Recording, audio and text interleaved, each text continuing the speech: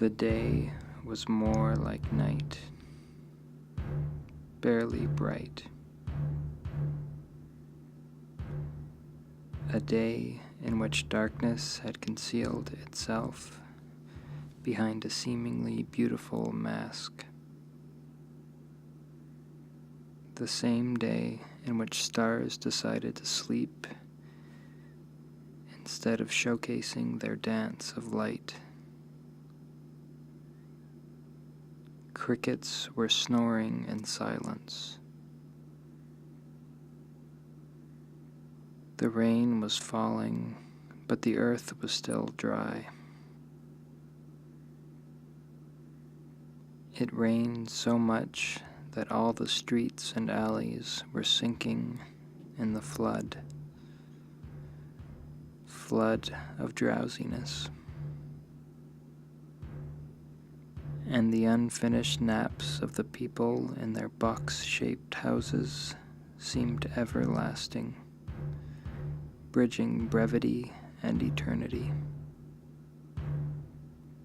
That day, when his alarm clock rang, he realized that he had to wake up and do something. He had to let the clock ring until the battery was dead. On the clock's face, there was nothing. Roman numbers were silent and motionless.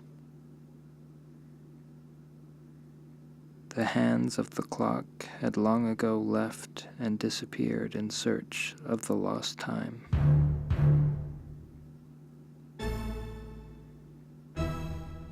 After this big accomplishment, he swallowed about a pound of his colorful pills as usual, hoping for suicide.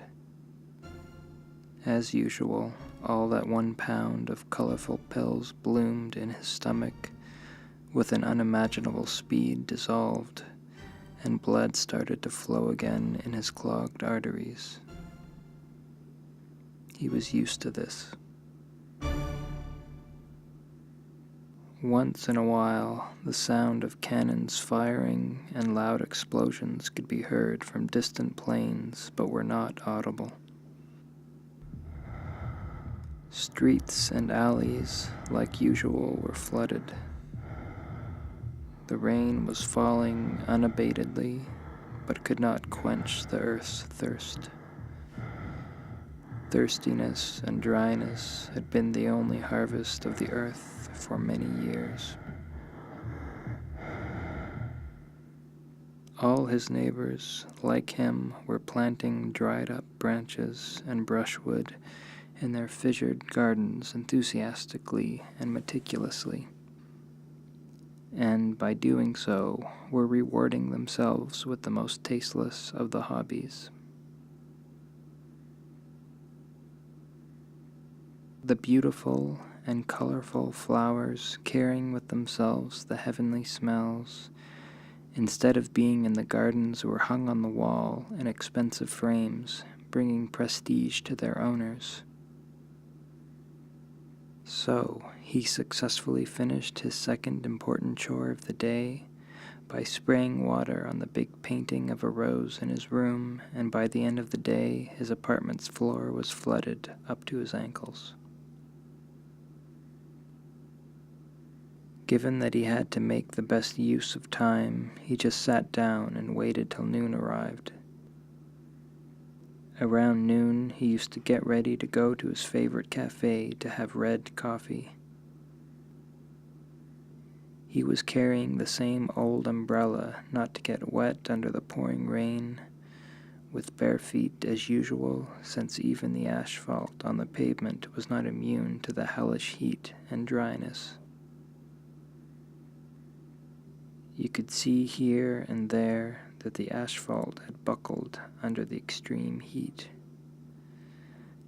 The cafe was full of empty chairs and tables. The sounds of firing cannons and loud explosions were becoming stronger and more horrible. But that was not a big deal. So, before he finished his coffee, he left the cafe and went on his daily walk along the reeking swamp, which he used to do every day after having coffee. When he got to the swamp, it was already dark. In the middle of the swamp, the men who many years ago had arduously and with much pain salvaged the Atlantis from the bottom of the ocean were getting rid of it in the swamp. The dumping ceremony of the Atlantis in the water, more like a funeral, was going on in full splendor. Heads of state, presidents, and leaders of all countries of the world, all in deep sorrow with tears in their eyes, were present to honor this great night. Colorful flags of the world's countries, wrapped around the waist of the leaders like a bathing towel, were flying with much pride. And there were the leaders who did not have any flags to wrap around their waists, and the flags that were floating in black waters of the swamp, like a boat adrift since there was no leader to wrap them around their waists. The 100,000-strong chorus were singing magnificently, and the sound of explosions and firing of cannons could still be heard, but that was an insignificant issue. Just by chance, he realized that the world's heads of states were disappearing from the ceremony, one by one, gathering farther away near a place where a big fire is set aflame. Cautiously and at a slow pace, he got closer and found out that secretly a dinner reception is going on, away from the press cameras. As far as eye could see, there were bodies of beheaded whales which were being barbecued one by one on the Olympic torch. And the heads of states were feasting on whale brochettes with unbelievable gluttony, popped eyes, sharp teeth, and insatiable appetite. When the flames started to die, one by one, they would unwrap their country's flag from around their waist and would use it as a blower to further inflame the Olympic torch so that it burns better and makes a better roast. When all the whales were eaten up, there was nothing left from the Olympic torch. It was dead and cold forever. After the leaders cleansed their greasy hands well with the corner of the flags wrapped around their waists, they returned secretly to the ceremony of dumping the Atlantis in the water, with the same innocent-looking and sorrowful faces. He was not able to see anything, since his glasses were fogged because of the smoke of the whale barbecue and of the dying flames of the Olympic torch.